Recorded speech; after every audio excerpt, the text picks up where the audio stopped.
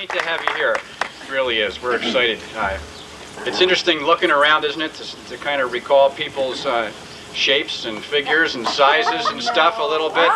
I told somebody the other day told me about George Burns. I think he's almost 100 now. Is that right? And he was asked recently how old he was, and he didn't want to divulge his age, but he said, "I'll tell you what. When I was in my teens, I used to play singles in tennis, and when I was in my 20s, we used to play doubles." And he said, "I won't tell you how old I am, but last time I played tennis, we had 28 people just on my side." So he's getting up there. Well, we're excited about having each one of you here. We really are. And I'm going to ask Matt Morse to come up. He was the team captain this year, and he's going to introduce the guys that really matter, and that's the guys on the team this year.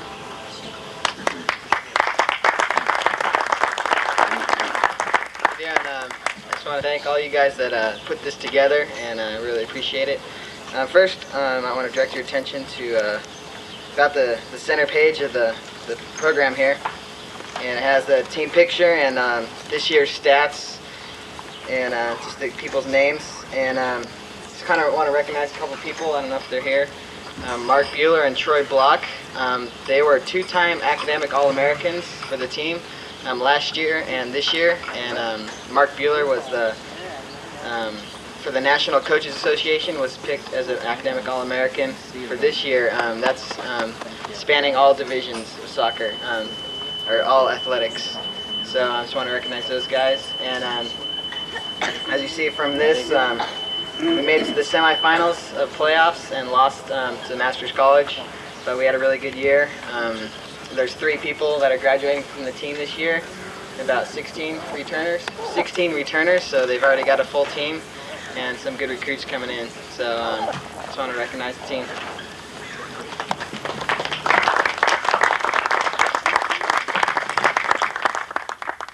Okay, it's my privilege to lead us in prayer, and I want to first of all thank the guys in the game this morning for taking it easy on the 4 of us who go in the 60s and beyond. So we'll give a prayer of thanksgiving and thanks for the food. Let's pray. Father, we do thank you for this time together. We thank you for the institution that is Biola College, for what the school stands for the impact that the school and teachers, faculty over the years has made in our lives. And Father, we just rejoice that your hand is still at work and still firmly in control here, and we just praise you for that. We thank you for this time and for the occasion that assembles us together. We thank you for those who we've come to honor today, for their contribution to the school, the contribution to countless scores of people in their activities following Biola. We thank you for that. We pray to our Father for this food. We thank you for it. We just ask that you be glorified in all we do and say today, and we pray these things in Christ's name. Amen. We're about to make the special awards, and for those of you who have your programs with you, if you take a look there, for the 1994 Hall of Fame inductees, we've got several people inducting, and to start off here today, Matt Orr will be inducting Chris Brunzil.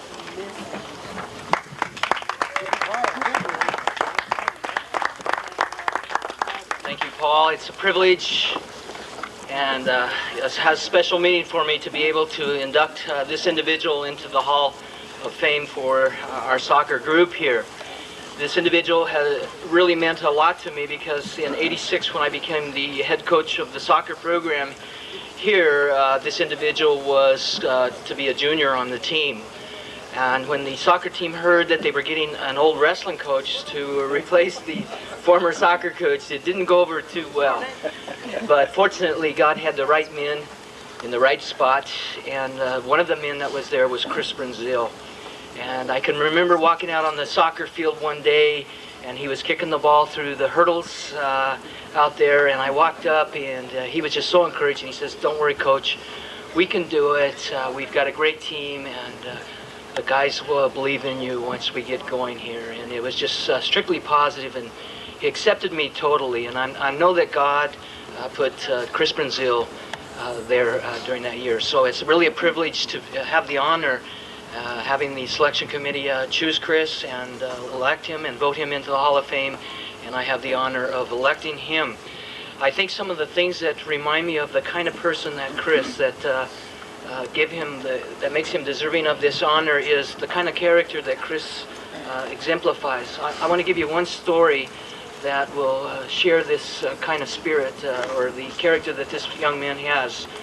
And back in 86, that first year that we were coaching, and it was basically coaching by committee. I think the captains were making up the practices that year and really helping me get broke in as a soccer coach from the years that I was off in wrestling.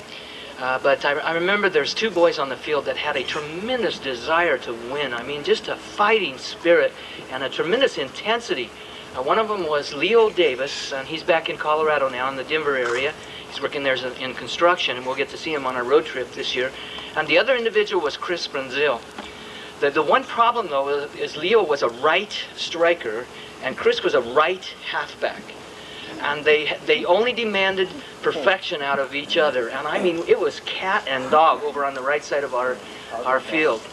But being good Biola men, the atmosphere was such that there was no bad language, or they didn't degrade each other. But in spirit, I knew that it wasn't like Christ would act on the field.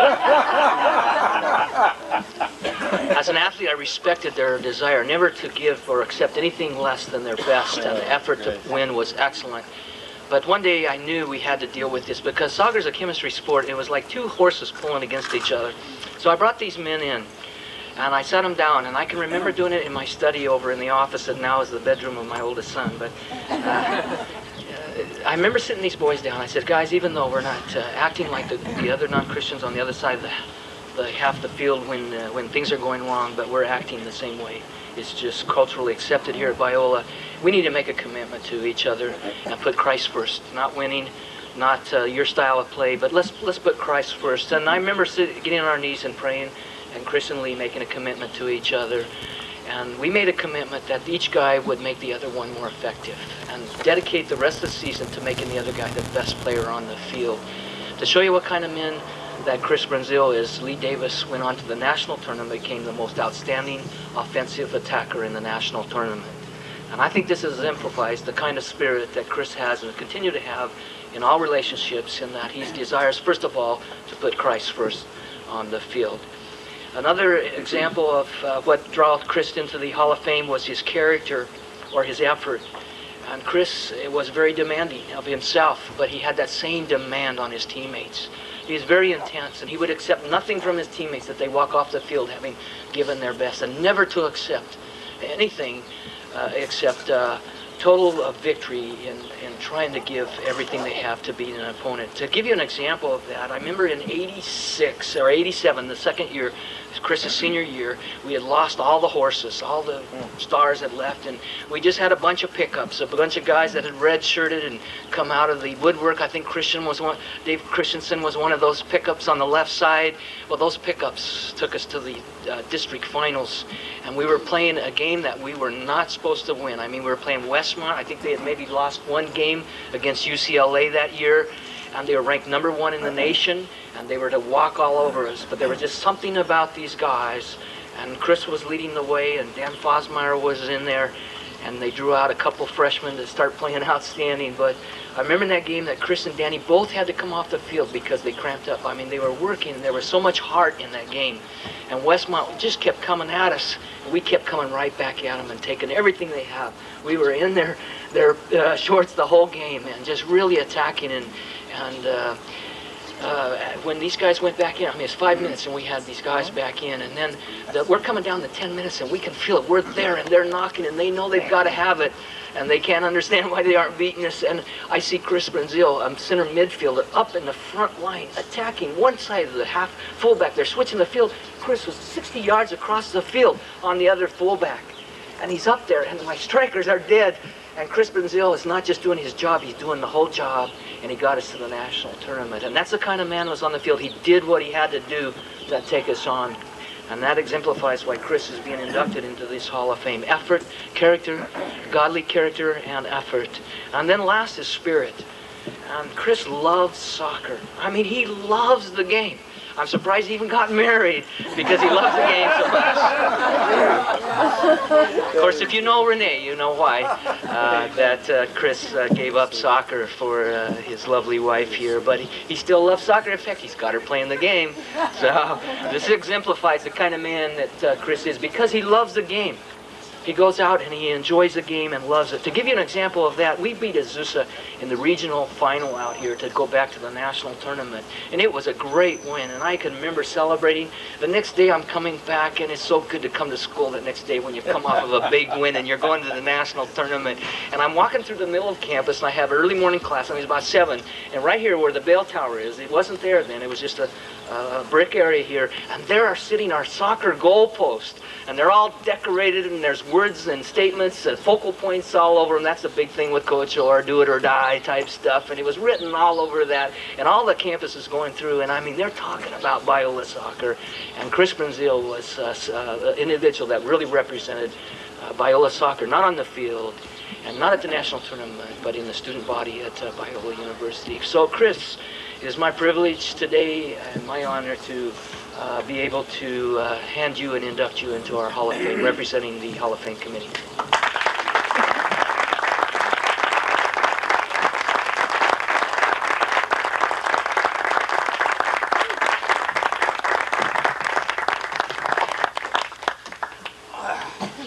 Wow. Now you know why he was one of my groomsmen on my wedding. Not used to this. I wrote this down because this is special. Excuse me. Thanks, Coach. This is a special opportunity, and I don't want to let it pass.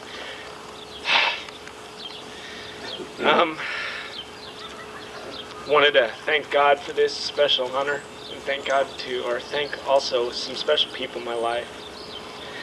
I was really honored and surprised to find out that I was a candidate, especially seeing who's on the, who's already in there and the other candidates that are up. But it really reminds me of God's never-ending mercies and His boundless grace. I say mercies because, well, if you'd ever played with me, Dave Christensen and some of the other guys, you know what that is. I could be a real jerk out there, not only to the referees or to the other team, but to my own teammates. My intensity went a little bit too far. But enter a new coach. He told you the story. Enter a new coach midway through my sophomore year after season was done, and God really used him to challenge me to change, to just look beyond soccer. And God really did use Coach a lot to do that in my life, and God continuing to change my heart now. I say grace, His boundless grace, because of just the countless blessings in my life. Just so many different things in soccer and other things. Senior year with a team that wasn't supposed to go. We won districts and we went to nationals. Some various awards I got. Joining MAI, full-time staff now. Really excited about that. God's really blessed me. Want to make sure I get everything down here. First, I want to thank the committee for voting me in. I was really surprised. I want to thank my teammates. Some of them are here now. Dave Christensen, some guys who really had to put up with me for 4 years, and my intensity, I guess is the word for it. To 2 coaches, Dave McLeish and Coach Orr, especially Coach, who believed in me and spent time with me, who really challenged me to look beyond the sport of soccer and beyond winning, and to look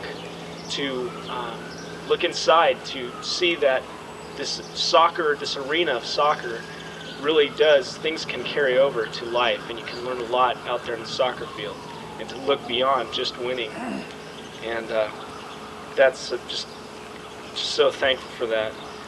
To my family and my friends, my grandparents can't be here, but they were my parents after my mom got arrested for drugs. And I want to thank them for their love. They're going to get this videotape, so I'm saying this because they're so important to me, who modeled the deep love, not only for me and my sisters, but for Jesus Christ as lifelong missionaries with Wycliffe Bible Translators. A lot to do with it. To my wife, who loves me and encouraged me. and married me. And to you present soccer players, I know I play out there with you guys a lot. You guys are used to me pulling and tugging and kicking you guys, but I offer you guys this challenge, the one that Coach Orr challenged me with. And, don't just give enough to be a good player or even a great one, but to give it all. Total release. Coach talks about it. And you can learn a lot of things, like I talked about. Soccer is not just a sport. You have a great opportunity. God's put you here for a reason. Under Coach Orr, he's a godly man. You can learn a lot. So, thank you.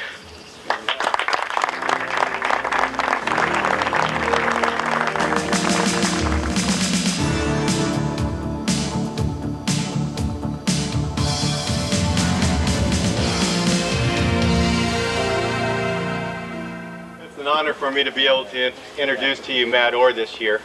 Allow me to reminisce a little bit. During our time, there was a time that was known as the Norman Conquest. And this is when very little talent, a lot of determination, and a lot of hustle. And that was what our teams were recognized for. We ran the opponent into the ground, and more ways than one perhaps, and sometimes. I know that George Ria had some memories left over when I came here. But literally we ran them, and Coach Norman would have us run in the bleachers and the cross-country track and all that to get us into shape. But it was a fun time that we had together with Matt. Matt was our speedster. One of the memories that we have is that, I don't know, I think George remembers this, that UCLA was the same team before Matt and I came, and they were the same team after. They never changed. They never seemed to graduate. They were always eligible. They just had children. But during the Norman Conquest, our junior year, we finally got to them. We won 2 different games against them, 5-4 and 4-2, and that was a big thing for us. And the big thing for us was we ran the Norman WM pattern, which is a 3-2-2-4, or 3-2-2-3, I'm sorry. And Matt was up there in the right wing or on the inside, and the idea was to just feed that ball to the speedster, let him go, and let him hit with that toe kick of his. And it went in. I noticed that today he was using the side of his foot, and it was kind of strange. I wasn't sure if I was seeing Matt Orr there, but I didn't remember you making any today either.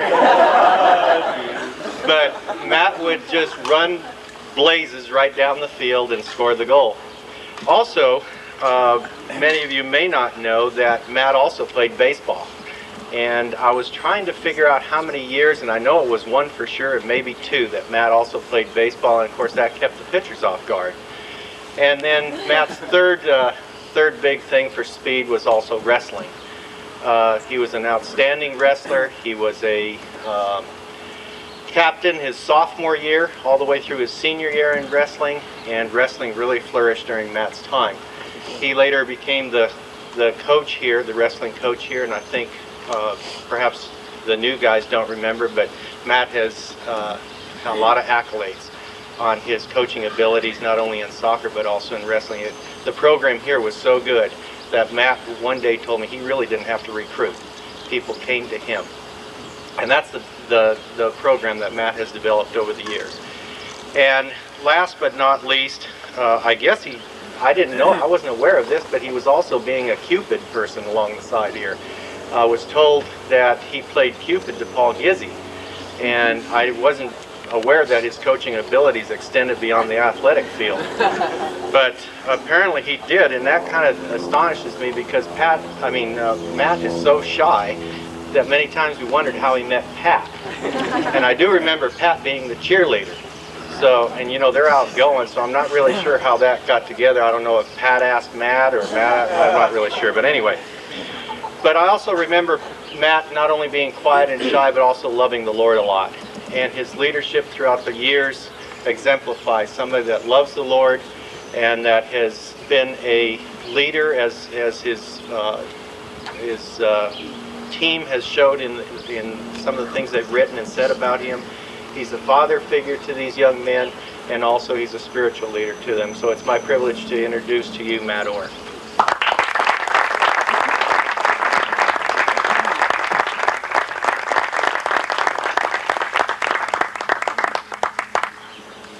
I too want to thank the Hall of Fame committee, Mark Vincent as the executive leader, for their commitment to the Biola soccer program and the present men, and given me this opportunity and honor to stand here today. I would not be here if they had not allowed me this opportunity. I do stand here today because of two people, two very special people that are going to have a very special place in God's heart when that day comes. And that's my mom and dad in Pueblo, Colorado. They're not able to be here, but they are here. And they have been here, and they've been with me every way, all the way. And they continually support my teams and the ministry here at Biola in prayer. And I'm totally convinced that I would not be here today. I would not have been at Biola if it hadn't been for the heart for God that my mom and dad had, and then the work and the effort that they put behind to get 5 farm children to universities and graduating them with 3 with masters. And they still today support the ministry at Biola University and have a real cherished and important part of this. And I love you, Mom and Dad. Thank you for the opportunities that you give to me. Amen.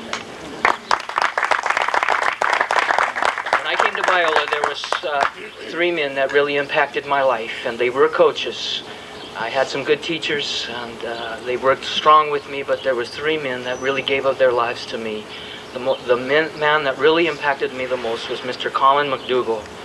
And I mean, he was a Chris Brazil in a different form. He just was such an intense, he's got stories you could tell forever. He was an MK, but he took an old farm, Colorado, bashful kid.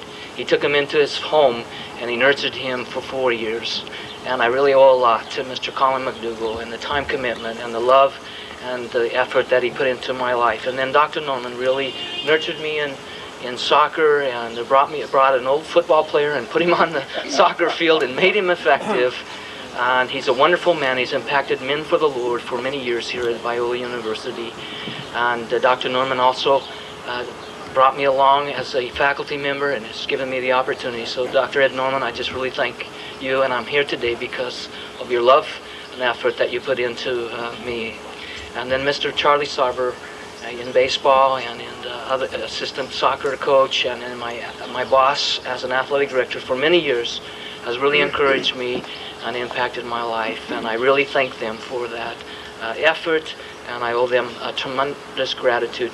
My teammates have been tremendous in my life, and I just want to thank you for the memories. I wouldn't have them if George Ria wasn't there to throw that ball, the glory of beating UCLA. But I couldn't have done it on my own. As good as we think we are in soccer, we got to have our teammates, and I just really love them, and I have tremendous memories of Biola because of my teammates. I remember watching Steve Grant play basketball, and then see him move on and coach men here at Biola, and then walking up together and getting outstanding senior athlete of our school. And I just really appreciate those years, Steve, and the love you had for me and the fun we had together playing sport.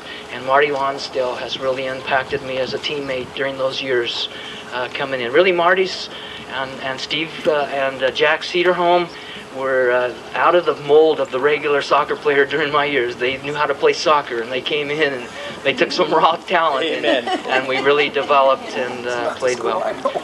Thank you very much, guys. Dave Coates was my roommate. He was a right fullback. He'll be in the Hall of Fame someday. He's on the mission field. His son, Steve Coates, is one of the team leaders on the track team, and really impacting. And it's good to see my teammates' kids coming back to Biola and then going out in other aspects, and to see that the men that were successful, the men that committed to each other, the men that knew how to produce, did what they had to do to win the game and produce while we were there, were able to do the job as fathers and men that are serving Jesus Christ. And I think their families and their lifestyles reflect this, men. Thanks, men, for the memories. I'm grateful for it, and a richer person because of that. Down the 23 years of coaching, and usually when there's success, there's somebody behind the scene that's made that possible. And I wouldn't be able to share a lot of these memories and opportunities and commitment without the person that God gave me to walk through this life with. And this person is great, and is really one of the best choices I ever made at Biola University. Amen. And God brought this woman into my life so that I could be effective, not because I'm such a great coach, because I've had tremendous support through the years, and this individual has been there with me through high and low. And I just thank God that He gave us a little bit of heaven on earth in the aspect of a marriage, and a marriage that's focused around Jesus Christ. And thanks, Pat. I love you very much.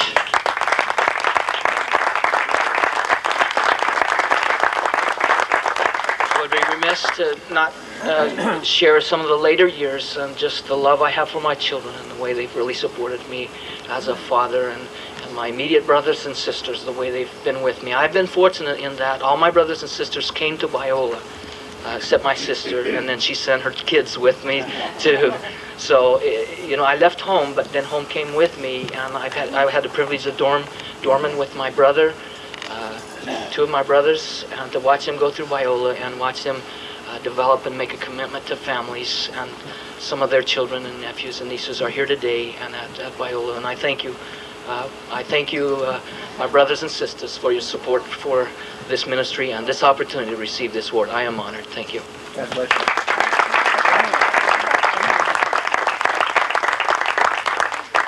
Hey, Matt, we forgot something here. I can prove it. I made it.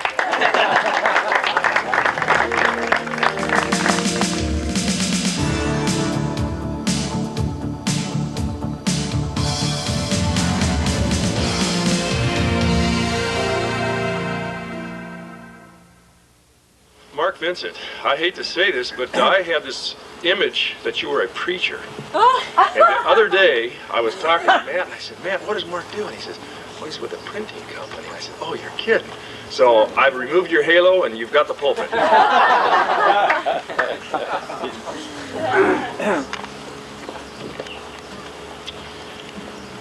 Well, I was a Christian ed major, but I've never been mistaken for a preacher. But I wanted to make a few comments about a friend of mine. Back in those early days, we didn't have a lot of talent. You'll hear that over and over because it was true. We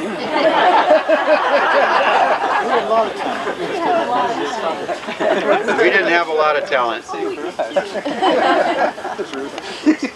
in other areas. Thank you. Thank you. That was my wife that said that. But there came into Biola a number of players that started changing that whole image.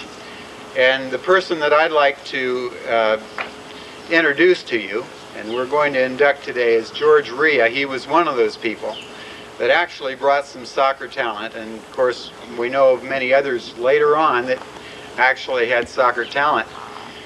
But I knew a lot more about George before I ever met him. That's right. Because I had been on choir tour a previous year with his wife, who wasn't his wife at the time, but we were in choir together and in a group of friends that got pretty well acquainted during that time. And we heard a lot about George. And Sherian thought the world of him, and I didn't know what to think about him, but I thought, well, he must be one tremendous person. And I did get to know him the next year. And what I found about George is George believed in everything that happened to you served as a frame of reference for the future. Now, why would that have anything to do with what we're doing here today? Well, certainly not Hall of Fame, but it was the way George attacked the game. You see, every time he made a throw-in, or every time he tried to beat someone to the ball, he gave it everything that he had. And before George, we didn't ever have anyone who really knew how to throw the ball in. I mean, it was a 50-50 proposition if we had a throw-in whether it was going to be a turnover or not, because we got called so many times for illegal throw-ins. Well, it wasn't like throwing a baseball, and that's what, or a football, and that's what most people thought of, and in the heat of a game, they just forget. Kind of stupid, isn't it? Yeah. But in the 60s, that was a different era. Yeah, we even had some that did that a couple times. But George came to Biola, and he knew how to throw a ball in. I don't know where he got this talent. But he did injure his back later on, and now he can't compete anymore. Maybe it's from those incredible throw-ins. But anytime we had the ball in the offensive end of the field, even out to the midline, we had a scoring opportunity on an out-of-bounds play, because we saw George many times overthrow the forwards that were breaking in, and the goalie would literally get the ball in one bounce. And so we had to design plays that matched George's ability. Well, George attacked the game, the throw-ins, the ball, the opponent's shin sometimes, with vigor. And when I talked to a few of George's friends, I found that he has attacked life ever since the same way. And when people knew that George was being inducted into the Hall of Fame, I got comments, and in fact, I got a fax from Hume Lake Christian Camps, where George has been a speaker, congratulating him on his induction. And I got a fax and a letter. I got one from Grace Baptist Church of Glendora, where George was on staff, where he attacked his responsibilities just like he attacked the ball. And from his friends at his church in Fallbrook First Baptist Church, a letter from them. And some others. Oh, here's one from Dennis Baker. Dennis Baker was a student at Biola. He's now Chairman, General Director of CBA of America in Wheaton, Illinois. And I'd like to read just a few comments as I introduce George. To Reverend George Rhea. I don't need them, but I see that some of you have them. I want you to be comfortable, so I'm going to put these on. To the Reverend George Rhea. Who could have ever known that wild young man whose life was profoundly changed by the grace of God? Transferred from University of California, Berkeley to that Christian institution, then known as Biola College. The energy was focused in the athletic arena at Biola, particularly in the area of soccer. And today, George, is a great day where you're being honored for the outstanding achievements that were yours on the soccer field for the glory of God. Who will ever forget the first time when Biola beat UCLA? Heard about that. The Daily Bruin, the UCLA newspaper, declared Christians 2, Lions 0. That's right. That was a good day. And that's how it ought to be. Well, then you took that athletic ability and continued to use it in youth ministry, profoundly impacting a whole culture for Jesus Christ throughout Southern California across the denominational lines. Congratulations, best wishes, and thanks for being George. And I add my amen. Will you please welcome George Rhea.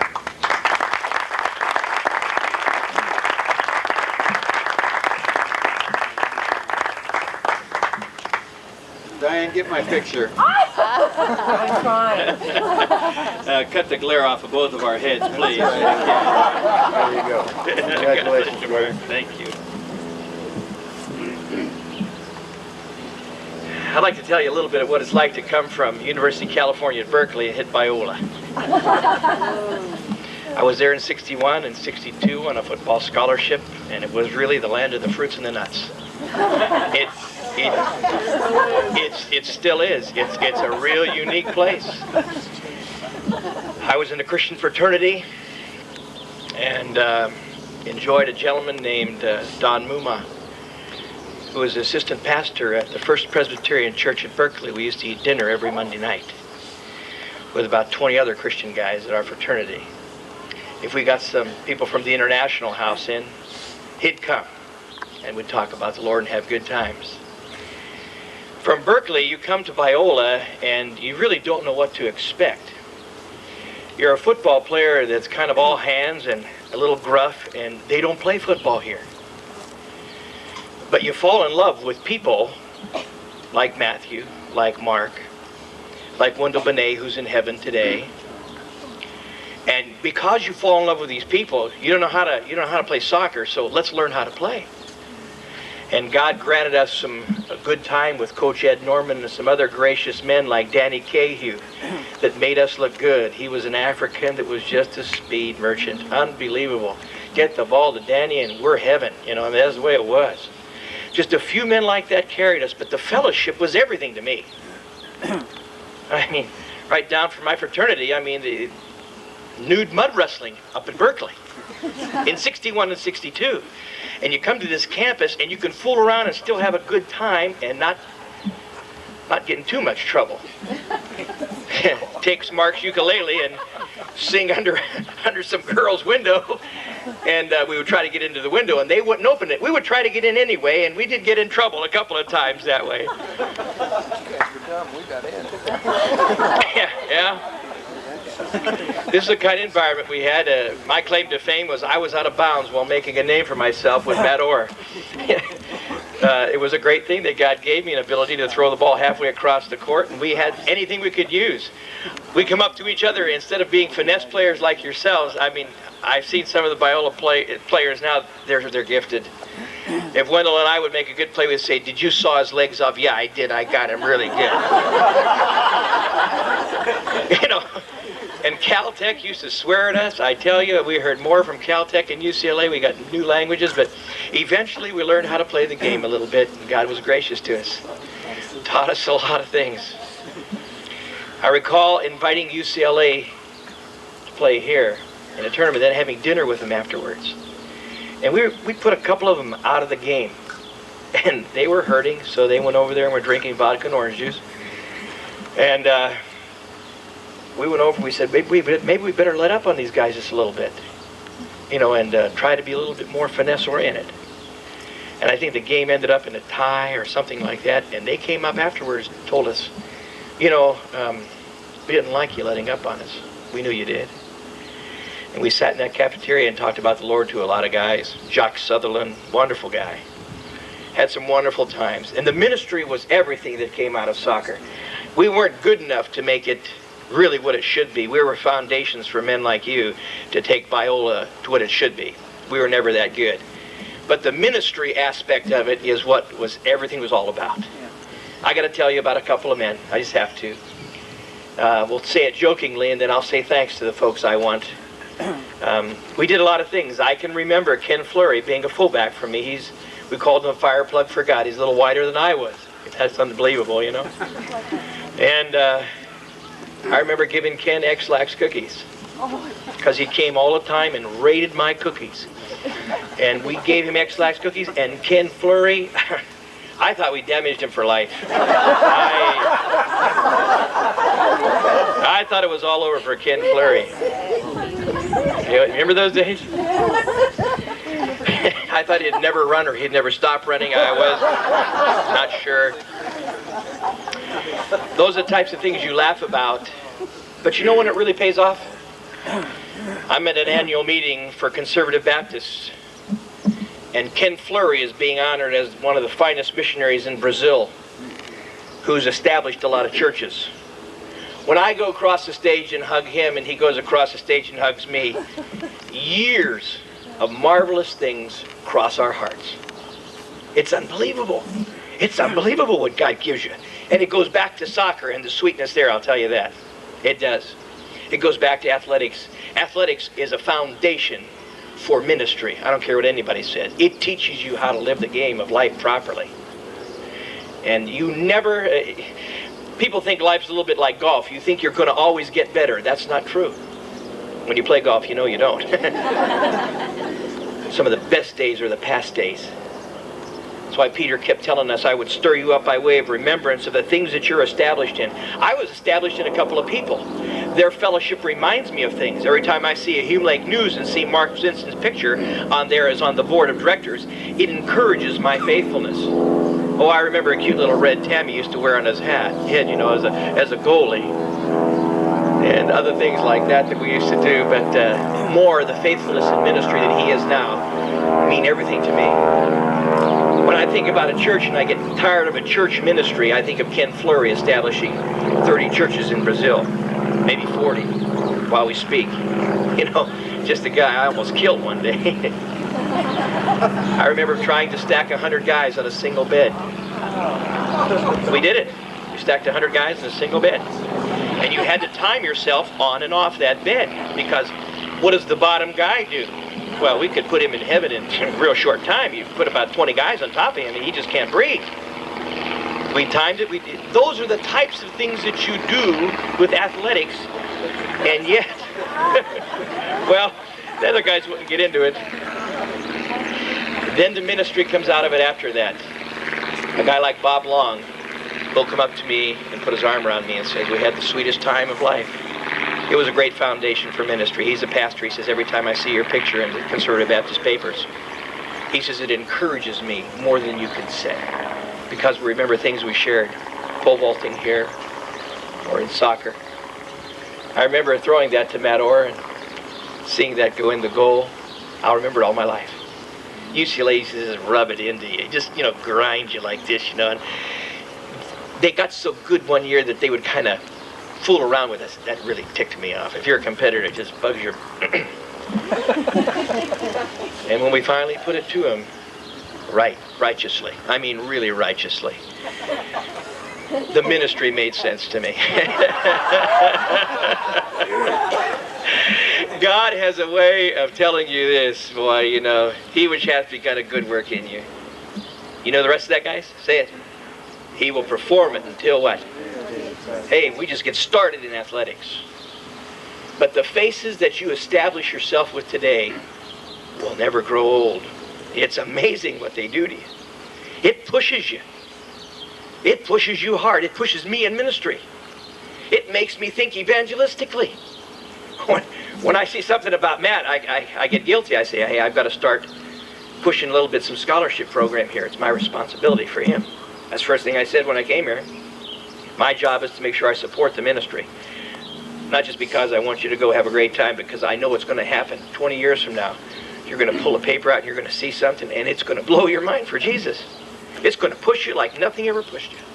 And you'll remember things, may not make a lot of sense to everybody else, but that will build faithfulness into your life. I promise. I'm a testimony of that. It's Matthew. It's Mike. It's Mark Vincent. It's Danny Cahew. It's Wendell Benet. Right half, left half. We were together. Wendell's in heaven today. Lost a kidney. And we've had, I think of him closely when I come here. Think of the ministry to his wife. Think of Jerry Rife, that held my hand once and wouldn't let me go for 5 minutes. You ever shake hands with 5 minutes with a guy? He just like to talk to you. Usually we say, hey, how you doing? Great, and we're out of here, He wouldn't let go of me until we prayed and cried together over Wendell's death. And the ministry we had together and what God did for us. Marvelous things in Turlock and Fresno, and the areas that he was in. I encourage you for ministry in soccer.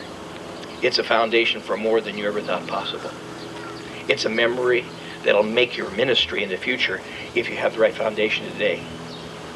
Make sure you make some mistakes so you can laugh a little bit and push each other. Make sure your personality is a little bit raw occasionally, because those are the times the Christian character just kind of rubs it off, and your friends will do the rubbing so beautifully now. It doesn't stop. It doesn't stop. It keeps going beautifully. I encourage you that way. I want to say thank you to Mark for thinking about me. It was very gracious of him. I was not that good of a soccer player. I was very lucky. I really was. You just can't learn soccer in 3 years and be as good as these men are. But God was very, very gracious to us in allowing us to do things. And I appreciate this opportunity more than I can tell you. It's very sweet and very special. And I'll be a part of whatever God allows us to do more than you think. I want to say thank you to Mark and all the friends that we share with in the 60s. It was a crazy time. We just weren't that good, but God produced a ministry. And I want to say a couple of things to my mom, who made sure that I came to a Christian school. This video will come to her, and thank you for praying me in a Christian school. This is special. Mom now has just come to my church. She's a 78-year-old mom that's a powerful prayer warrior. I married her 2 years ago to my head usher. Is that hot or is that nice? God continues to just bless and multiply ministries that are just special. I want to say thank you to a wife who let me play soccer while she supported me in school. And I think that's important, ladies. I want to encourage you that way. My senior year, we were married. I remember studying Greek under diapers. And there was a little struggle sometimes. But I remember my wife saying, honey, I think you ought to do this. I think you ought to play. And it was a sweet time, and the ministry was really important. And I want to thank my wife for allowing me those special years and those special times. She is special to me today, and she has a rich ministry to me. I'm glad that Mark dated her and then passed her along to me. We had a sweet time that way. It's a good thing. Mark Vincent and I and Pete Kent too, and we could go down the line and tell you stories. It's just marvelous. But it's amazing what God does for you. I want to say thanks to each one of you for allowing us this opportunity. I trust God will encourage you to think more of ministry and soccer. It's amazing what soccer did to our ministry. To mission field ministry, to pastoral ministries. Every time I go to Oregon, I'm talking to Biola people about the things we did at Biola. It was sweet to have Sherry come to her birthday. These are the things that will encourage your life for years to come. God bless you, and thank you, Matthew, for this opportunity.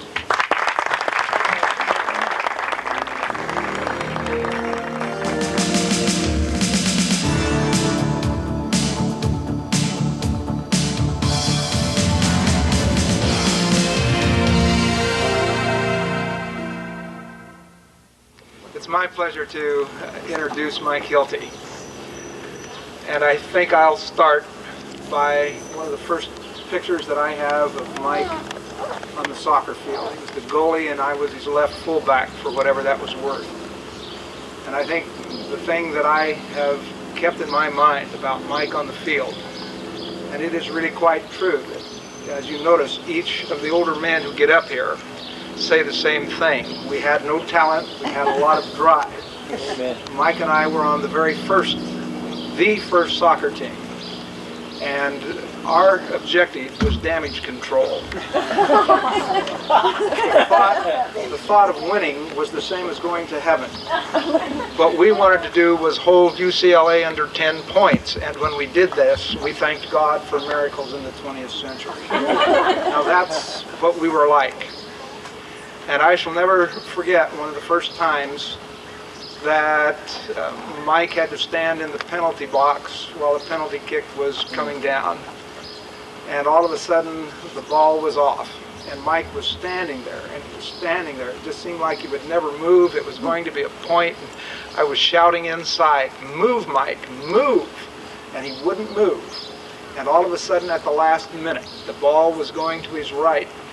And it was just a beautiful picture, at least so it is in my mind, that the hand went out, and it just was almost a diagonal from the crossbeam.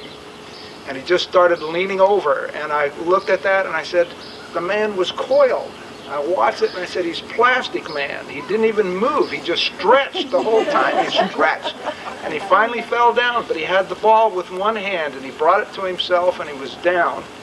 And the fact of the matter is, his feet did not move much more than an inch from where he was standing. And I thought, what grace, what agility. I really did.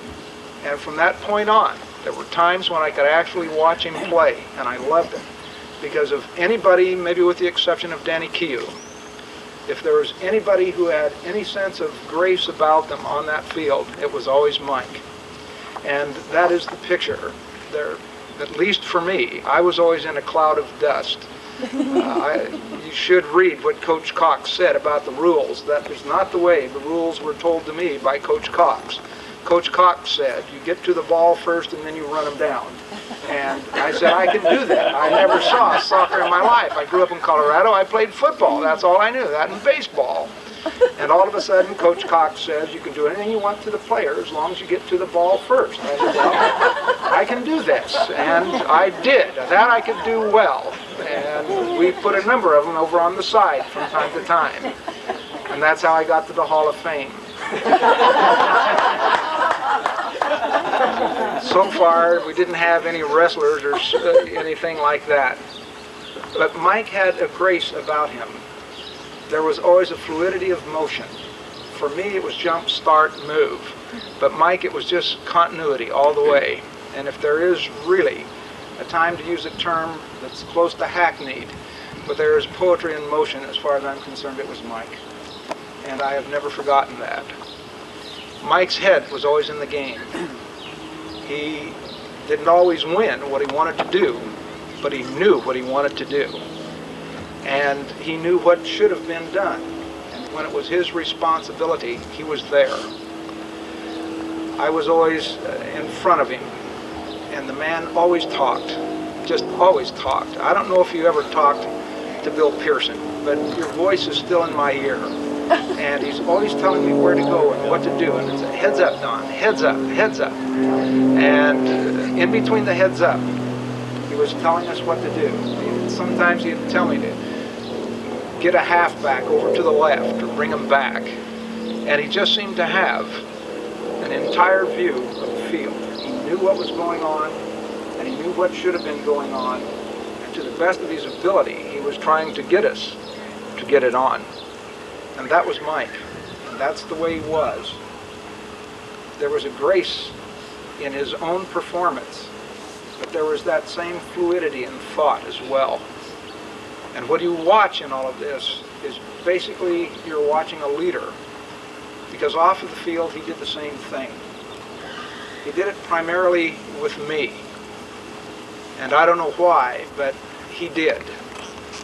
He was the one who got me into soccer. One day we were walking along, and here's the thing about Mike.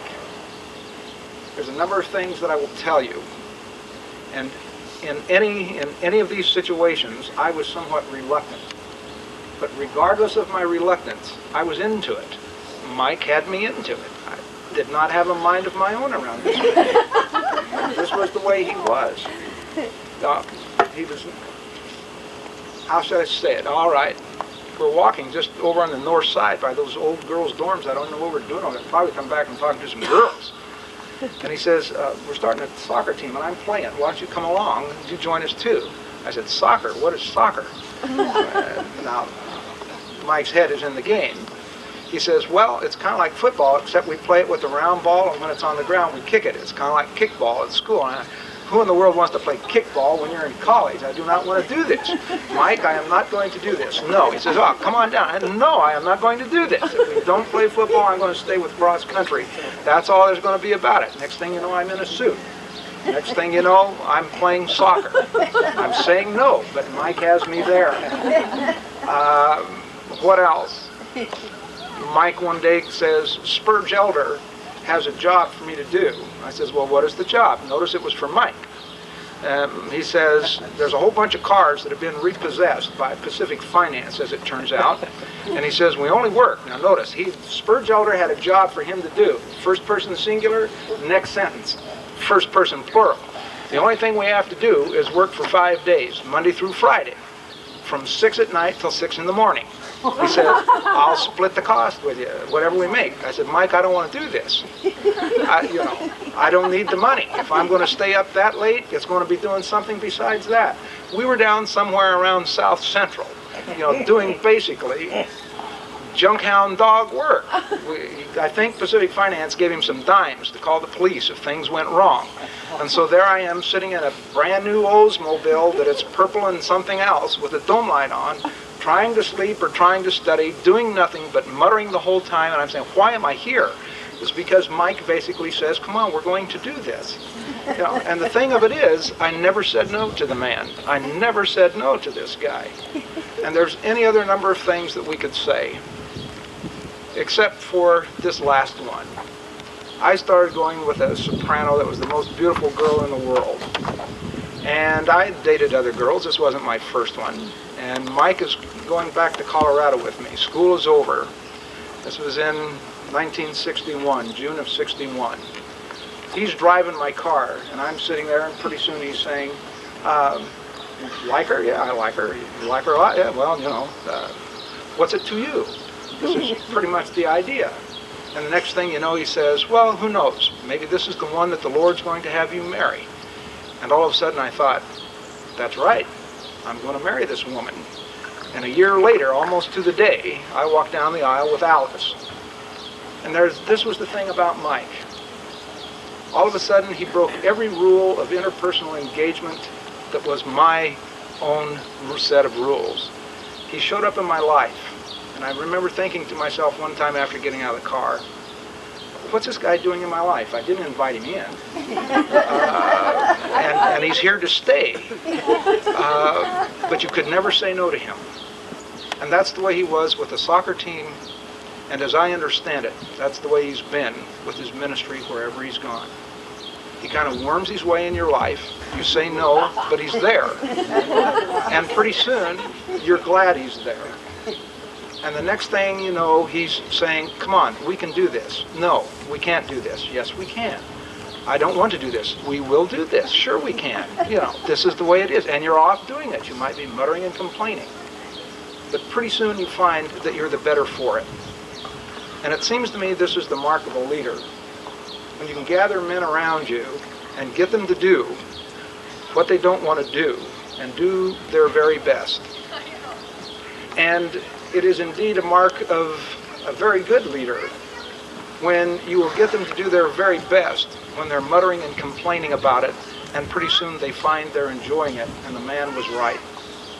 And then when a person does that because he loves you and he loves the Lord, this is the mark of a Christian leader. And Mike has always been that. The only thing that I regret is after we went our way, we didn't get to stay in touch physically as much as we could. The distance has kept us apart. But as Paul once said to the Philippians, I say to you and I speak to many others, and that is, I thank my God upon every remembrance of you.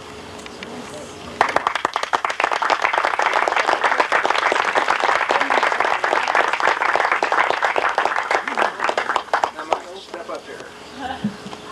There's one thing that I've been waiting to do for 30 years, and it came upon me today. My grandmother died last December at 100 years old. When they opened up her will, she said, I want Donnie, that's me, 54 years old, I want Donnie to do my funeral. Now there's only a small group of people who call me Donnie. It's family members who saw me when I didn't know the difference between diapers and Kleenex. They still call me Donnie. Nobody calls me Donnie. You call me Donnie, I'm in your face. And if you keep it up, your face will be changed. It was, of course, before I grew in the Lord considerably. Who always called me Donnie, and I never complained. I never called you Mikey. It was always Mike, and it was always Hilton. Mikey, thank you.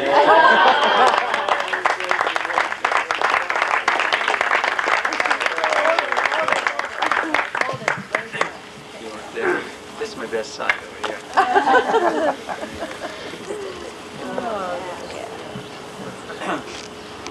It's kind of fun and it's kind of scary to be last after all the things that have been said here today.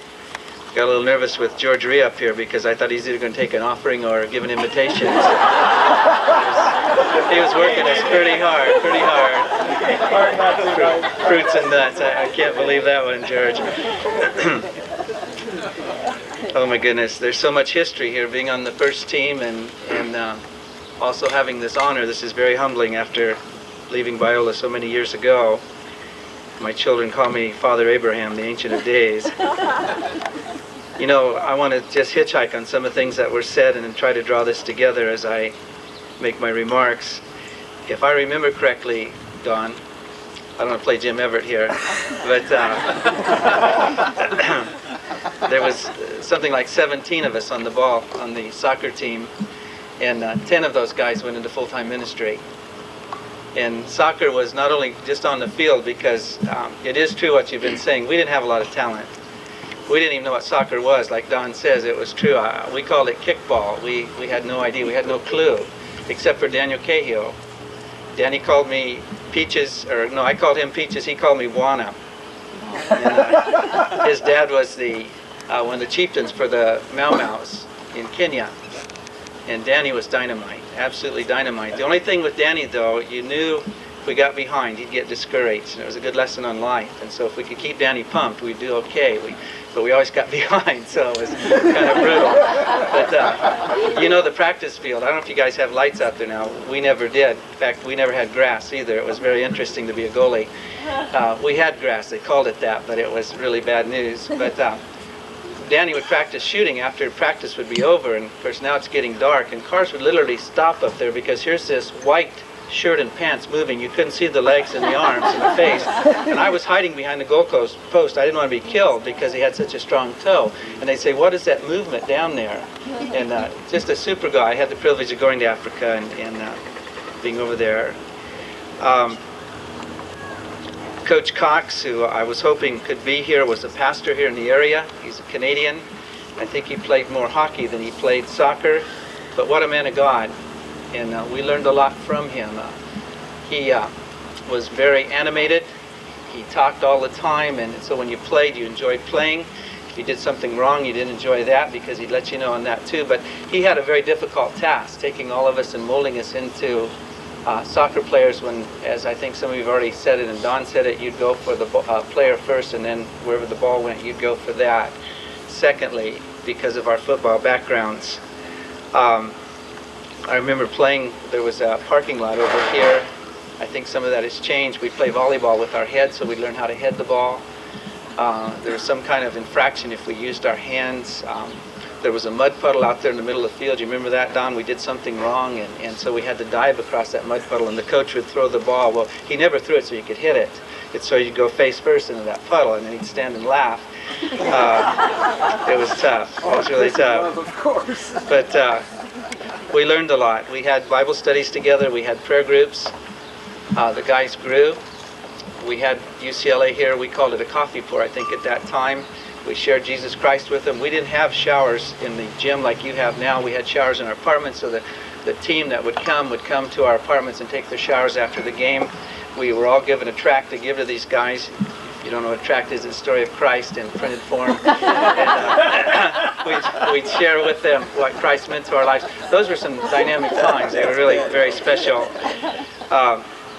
There's been kind of three phases here in my life in soccer. I played in 1960, and then I came back and instructed in CE department in 1965, and that was, I believe, Coach Orr's first year of playing. And I helped with the coaching at that time with the goalies, and it was an honor to work with Coach Norman at that time and with, come on, Matt, help me, his name slipped me just that quickly, the mentor in your life. Colin McDougall. Yeah, and Charlie had a peg leg, if you remember, if you ever played, or JD, yeah, Sarver, that's correct, yeah, okay. I've got a good memory, but it's short. And Sarver with that peg leg, you'd go out for a pass and he'd be playing defense out there, and he'd just stand on your toes, and it was very interesting. Only hit him in the stomach once. And then in 1968, when they had the Olympic tryouts here at Rancho La Cienega, which really meant they'd already chosen the Olympic team, but they just wanted to see some of these guys play. And so Wendell Bonet, who George was a dear friend of mine, we used to call him Bones, he was a jock. He was really something else as a ball player. Everybody loved Wendy. And we were going to work out. And he said, Mike, I got an idea. Let's go to Rancho La Cienega and we can play with the Olympic team. And I said, Bones, wait a minute. I said, how are we going to get in there? He said, you want to work out? And I said, yes. He said, trust me. So, okay, so we went there and we got the gate, and there's this huge guy, like Godzilla. And he said, where are you guys from? And when he said, from Biola. I said, great. So he's looking at his clipboard and he says, what are your names? He said, Bonet and Hilty. He says, gosh, I don't. Well, they're not. Bones says, can we go in? I said, do it. So I played 45 minutes, and Bones played about a half hour at halfback. I played at goalie. And I didn't know it, but Jack Cederholm was there as well. He was part of that. And so after we got finished playing, and no one scored, it was a great night for me, and Bones was part of that. Coach said, we're going to play UCLA on Sunday. This is Friday night. You're going to play at the old Wrigley Field. And so he said, here's the list of guys that are going. You know who's on the list? Bones and Hilty. We were on the Olympic tryout team, and we were going to play it, and we were going to play UCLA. And so we went, and I won't tell you the rest of the story. The goalie area was very muddy. It was a long day because I didn't have the proper cleats for it. It was bad news. But the next day in the LA Times, I still have it, of course, one of the prize things in my athletic book. I was always in the twilight of my career. But it says, Olympic soccer berths at stake. 18 top Southland amateur soccer players will be shooting today for a trip to Mexico City in 1968 with the tryouts. And it says, playing for the Olympic tryout squad are, this now is LA Times sports page, goalkeepers Mike Hilty, Biola, halfbacks Wendell Bonet, Biola, and forwards Jack Cederholm, Biola. So that was quite an honor to be part of that, although it was kind of a fluke, the whole thing, but it was fun. Not for Jack, but for us. So, but we made you look good, Jack, you know, we really did. Okay, just a couple things very quickly. I played in for us, which was the first All-Star game with Don Furrow. Don's tenacity, Don's like a bulldog. There's times I've seen him hurt on the field. I told him to get off the field. He's told me to shut up. And we just kept playing. First time we played UCLA, we played there. I had 40 saves in that game, and they beat us 12-zip. It was a long, long day, long day. All-Star game, though, you guys are bragging about how you beat them. We tied them 2-2. And for us, that was a tremendous moral victory to do that. And Coach Jock Stewart was the same.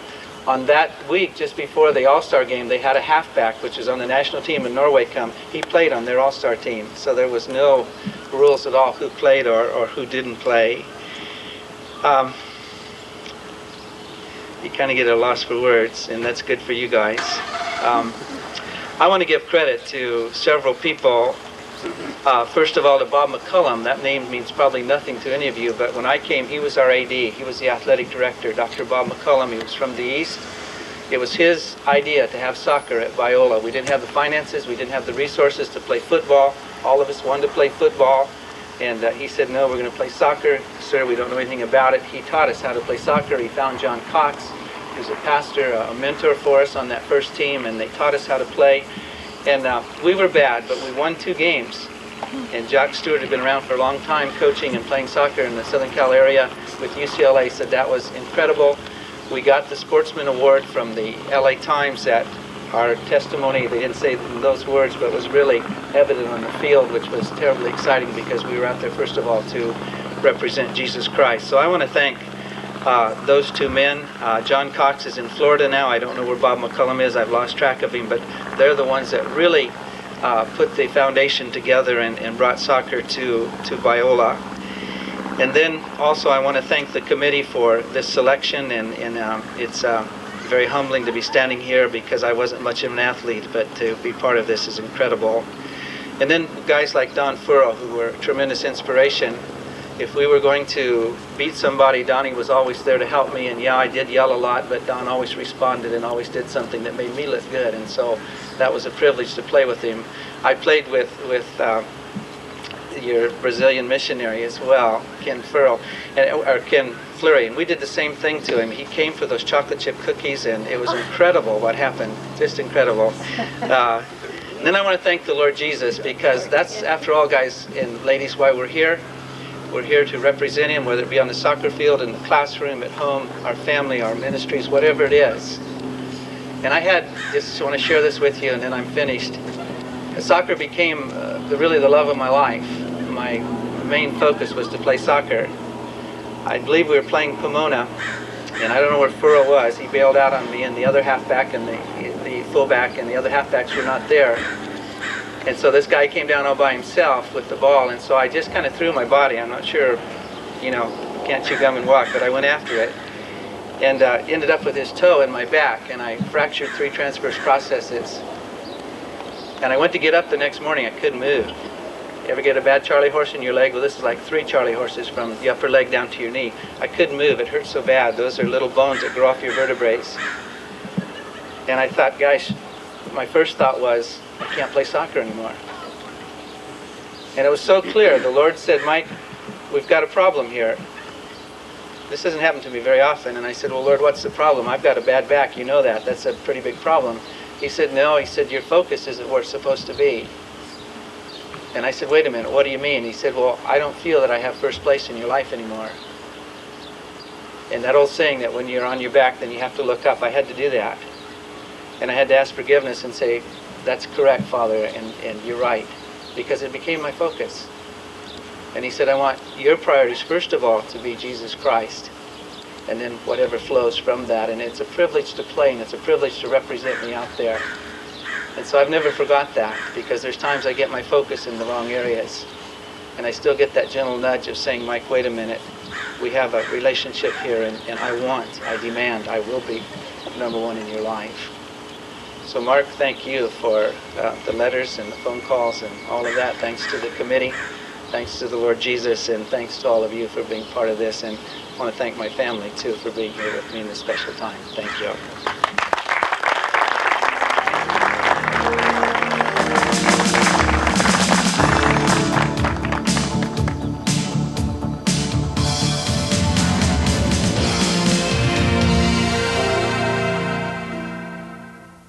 I don't know about you, but I don't know how any of us can go away from here today without being blessed. It's better than being in church, isn't it? I tell you, it's inspiring.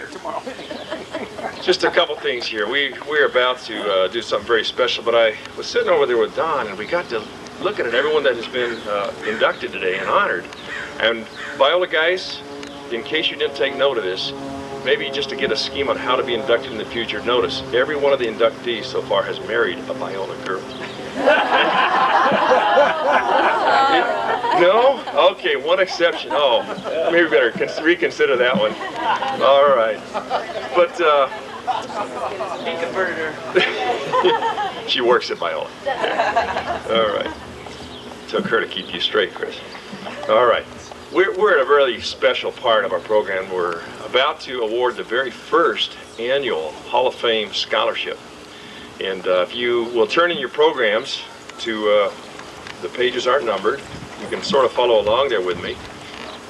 But this is exciting. We've been planning as a committee for the last few meetings, the last year, that this would be something exciting to do and to begin to build tradition. As you can see here today, this is just a classy group of guys. It's inspiring. But Matt Morse, Matt, I'm going to have you come up here and stand here with me so that they can recognize who we're doing as we speak about you. Would you join me?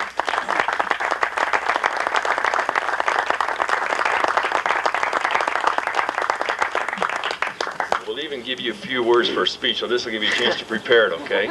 But I want you, in fact, I'm going to have your parents join us in a little bit at the end here. I want them to do that.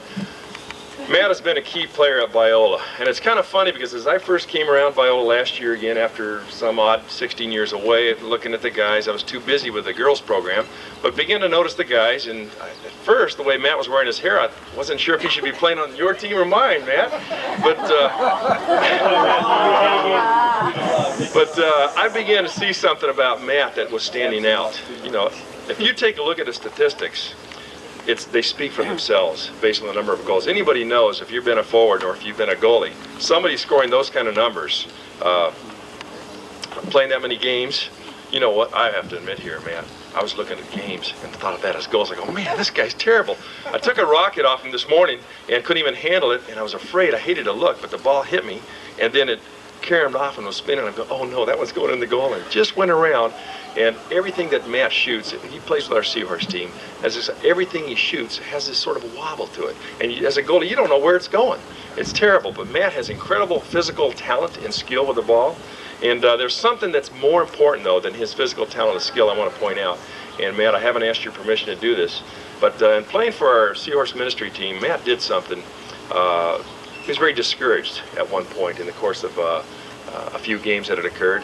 And he began to share with me that his discouragement was an issue of testimony. And, you know, we all like to keep that high standard going. When we have a ministry team or a Biola men's team or a Biola women's team, our purpose is high-level competition. We can never sacrifice in that area. But we cannot sacrifice in the ministry area. They have to be equal. And Matt was a little frustrated there. He began to share. In fact, he was so willing to step out and be courageous that he wrote a letter to his teammates. And that letter stated that, guys, I will be the first to admit that I struggle on occasion, but I also want to be the first to challenge us to maintain the highest standard possible. Let's remember why we're out there. And I'll never forget reading that letter to the guys. Matt was gone. And that spoke to me of what is in Matt's heart. And earlier I shared with you that Matt was one of those guys.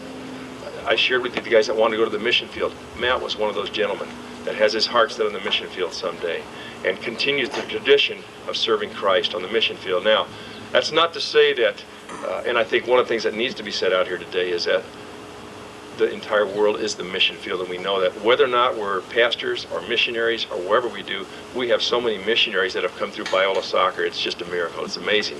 And so, Matt, I want to have your parents come up here, and as the very first award this year, you are the recipient of our very first scholarship. And we have a check made out here to Matt Morse in the amount of $1,000 from the Hall of Fame Committee. Amen.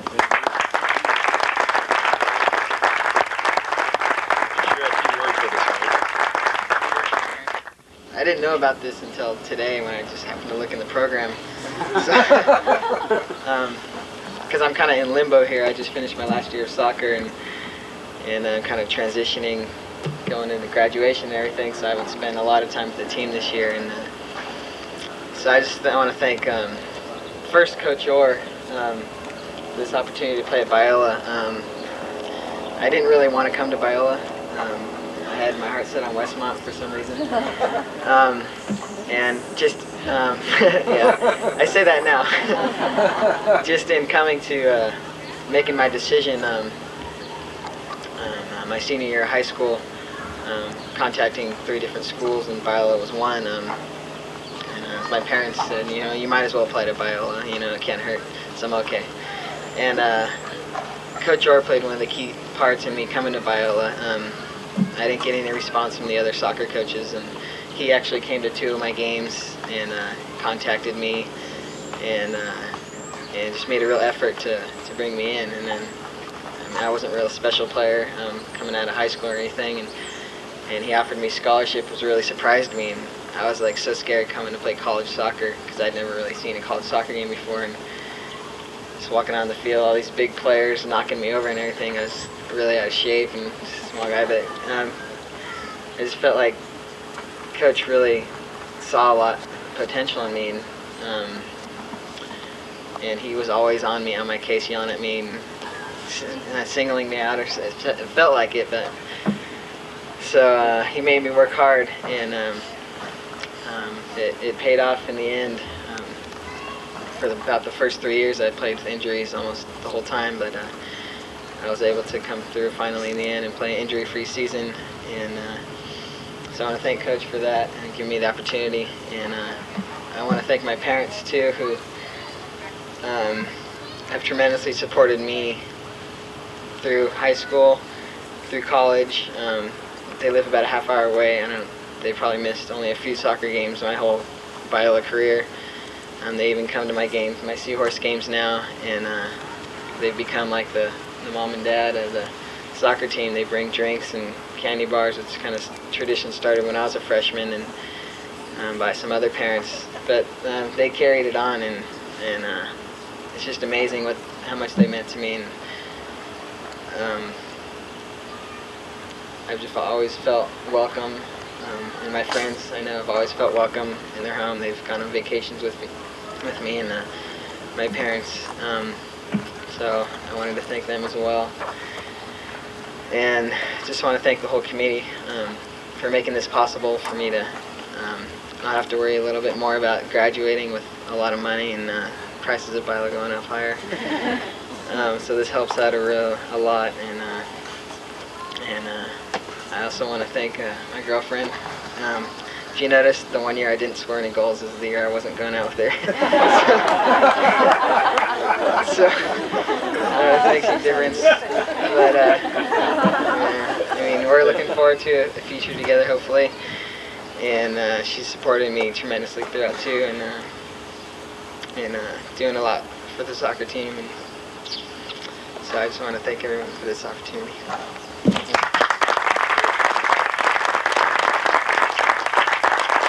Let's get the Morses and the possibly future Morse up here. Can we do that for a picture?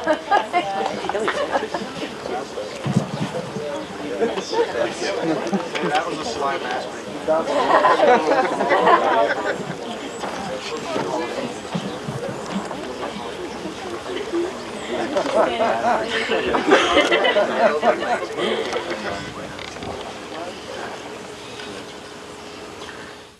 To close in prayer, though, for us today, before we go, we asked a very special soccer person to come and join us for prayer today.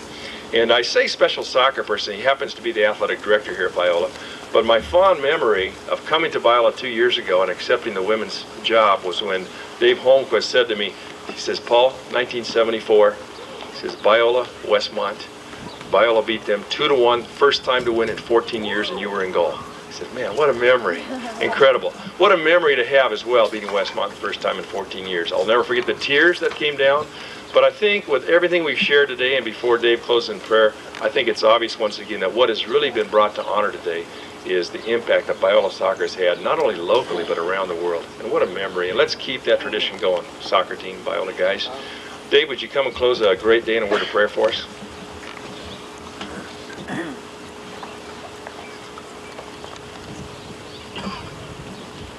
One of the main reasons I remember that game, it was a great game. It was 2-1, and Gizzy really emerged as a great goalie that day. They had a player at Westmont named Jean-Paul Verhees, was that? And he kept, I think they had about 50 attempts, and they made one of them. And we had 2 and made both of them. And we won 2-1, but Gizzy played very well that day. And Charlie Sarver, who was the athletic director at that time, I was the sports editor for the school paper. He told me if I really did a job and wrote a great story, that I wouldn't have to turn in a major assignment for him. So I did as I was told. I wrote a great story, very lengthy, and then I got my grade at the end of the semester, and sure enough, Charlie had forgotten all about our arrangement. But I still remind him about that today every once in a while. Let's close in prayer.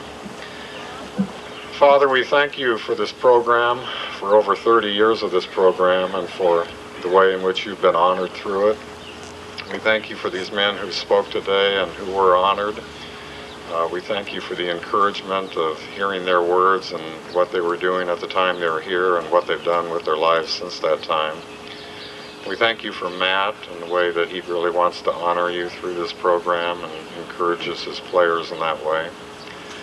We thank you for the players who are here and that they were able to hear these words from these fine men. We just pray that you would honor everyone here today, that you would continue to guide and direct in our lives. And we just thank you so much that we can look to you and know that we're saved and that we have everything in life that we need. We thank you for these things in Christ's name. Amen. Amen.